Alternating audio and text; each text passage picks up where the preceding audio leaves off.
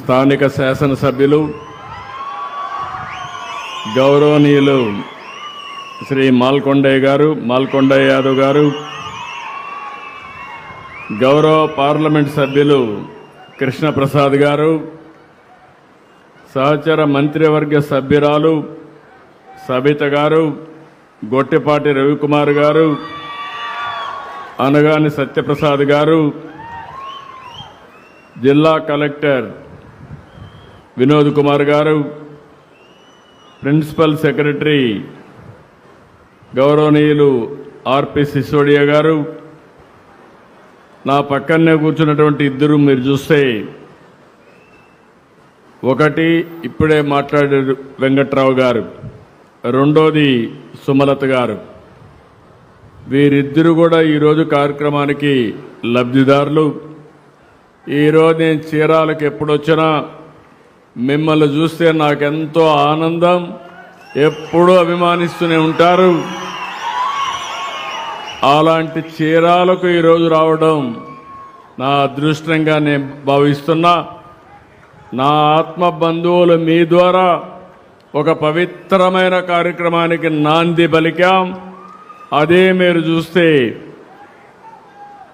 చేనేత సేవలో ఎలిజిబిలిటీ ఉండే ప్రతి ఒక్క వ్యక్తికి 25,000 రూపాయలు ఇచ్చే కార్యక్రమానికి ఇక్కడికి రావడం నా అదృష్టంగా భావిస్తున్నానని చెప్పి మీకు తెలియజేస్తున్నా.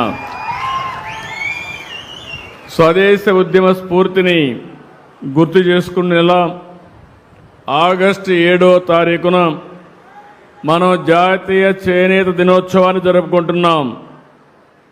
ఇది మరుపురాని రోజుగా ఉండాలనే ఉద్దేశంతోనే నేతన్న సేవలో కార్యక్రమాన్ని ప్రారంభించాం. దీనివల్ల మీరు ఒకసారి చూస్తే 71,636 కుటుంబాలకు లాభం కలుగుతుంది. 25,000 రూపాయలు చొప్పునిస్తున్నాం. 179 కోట్ల రూపాయలు ఈ కార్యక్రమం కింద మీకు అందించే పరిస్థితికి వచ్చాం. నేను ఎన్నికల్లో ఒక హామీ ఇచ్చాను. ఆ రోజు నేను చెప్పింది సంక్షేమం, అభివృద్ధి, సుపరిపాలనకు నాంది పలుకుతామని ఆ రోజు చెప్పాం. దాని ప్రకారమే అందరికంటే నాకు ఎప్పుడు కూడా నేను అభిమానించేది నేతన్నల్ని అభిమానిస్తాను. దానికి కారణం మీకుండే కష్టాలు. ఒకప్పుడు ఇదే చీరాల్లో మీకు ఆ రోజు ఇబ్బందులు పెడతా ఉంటే ధర్నా చేసిన కార్యక్రమాన్ని కూడా మరొక్కసారి గుర్తు చేస్తున్నాను. ఆ రోజు ప్రతిపక్షంలో ఉన్నాను, ఆ రోజు కూడా ఇవన్నీ చేశాం. ఈరోజు చేనేత కేవలం ఒక వృత్తే కాదు, ఇది భారతీయ సంస్కృతికి ప్రతీక, దేశం గర్వించే కళ. ఈరోజు మీరు ఒక్కసారి చూస్తే ఎప్పుడో మనం చదువుకున్నాం, చేనేత కార్మికులు ఆ రోజుల్లోనే చీర తయారు చేసి అగ్గిపెట్టిలో పెట్టే చీరను తయారు చేసిన ఘనత చేనేత కార్మికులది. మన రాష్ట్రాన్ని చూస్తే ఇలాంటి కళలకు నిలయం, అలాంటి వర్గాలు ఎక్కువ ఉండే ప్రదేశం ఈ చీరాల. అందుకని ఇంకొక పక్కన చూస్తే ఇక్కడికి వస్తే మీ నైపుణ్యం గుర్తొస్తుంది. చీరాల పట్టు, కాటన్ చీరలు దేశవ్యాప్తంగా గుర్తింపు పొందాయి. చీరాల కర్చీఫ్లు ఒకప్పుడు విదేశాలకు కూడా ఎగుమతి చేశారంటే అది మీ సత్తా. ఇంకొక పక్క ఒకప్పుడు మినీ ముంబై, కాలక్రమేణా అన్నీ కూడా వృత్తులన్నీ కూడా దెబ్బతిని దానివల్ల ఇక్కడ కూడా దెబ్బతినే పరిస్థితికి వచ్చాం. నేను ఒకటే ఆలోచిస్తున్నాను, చేనేతని ప్రోత్సహిస్తూనే మీ జీవన ప్రమాణాలు పెంచడానికి ఏమేం చేయాలో అవన్నీ చేస్తాం. ఈరోజు రాష్ట్రంలో మీరు చూస్తే చీరాల, వెంకటగిరి, ధర్మవరం, ఉప్పాడ, మంగళగిరి, పొందూరు, పెడన, కాళహస్తి, నర్సాపురం ఇవన్నీ కూడా అనేక చేనేత ఉత్పత్తులకి గుర్తింపు తీసుకొచ్చారు. ఏ ప్రాంతానికి ఆ ప్రాంతం పోటీపడి ముందుకు పోయే పరిస్థితికి వచ్చారు.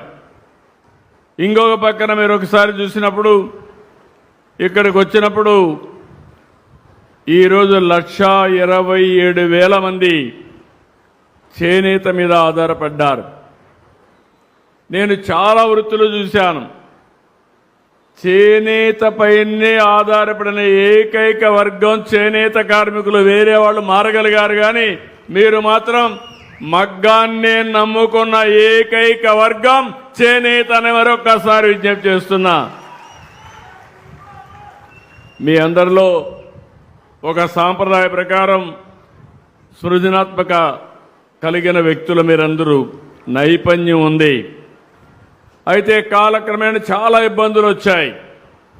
నేను రాజకీయాల్లోకి వచ్చిన తర్వాత ఎక్కువ కన్సర్న్ చూపించిన వర్గం చేనేత. ఇప్పుడు కూడా నేను గర్వంగా చెప్పగలుగుతున్నాను, అపోజిషన్లో ఉన్నా రూలింగ్లో ఉన్నా ఎప్పుడు చేనేత కార్మికులు తెలుగుదేశం పార్టీకే ఓటేశారు తప్ప వేరే గుర్తు తెలియని వ్యక్తులు మీరు. అందుకే ఎన్నికల ముందు ఒక మాట చెప్పాను. ఆ రోజు ఏ మాట చెప్పాను, 200 రూపాయలు హ్యాండ్లూమ్కి, 500 యూనిట్లు పవర్లూమ్కి సబ్సిడీ ఇస్తా అన్నాం. చెప్పిన మాట నిలబెట్టుకున్నాం. నేను పోయిన టర్మ్లోనే చేనేత కార్మికులు మగ్గం దగ్గర కూర్చొని అందులో వచ్చే కాటన్ అంతా కూడా కడుపులేకపోయి అనారోగ్యం పాలవుతున్నారనే ఉద్దేశంతో 50 సంవత్సరాలకే పెన్షన్ ఇచ్చింది మొదటిసారి చేనేత కార్మికులకి. అదో కమిట్మెంట్తో చేశాం. 85,000 మందికి ఇస్తున్నాం. మొన్నే పెంచాం. 4,000, 6,000 ఇచ్చే పరిస్థితికి వచ్చాం. ఈరోజు 35 కోట్లు నెలకు ఇస్తున్నాం. 420 కోట్ల రూపాయలు ఖర్చు పెడుతున్నాం. ఇంకొక పక్కన 109 ప్రాథమిక చేనేత సహకార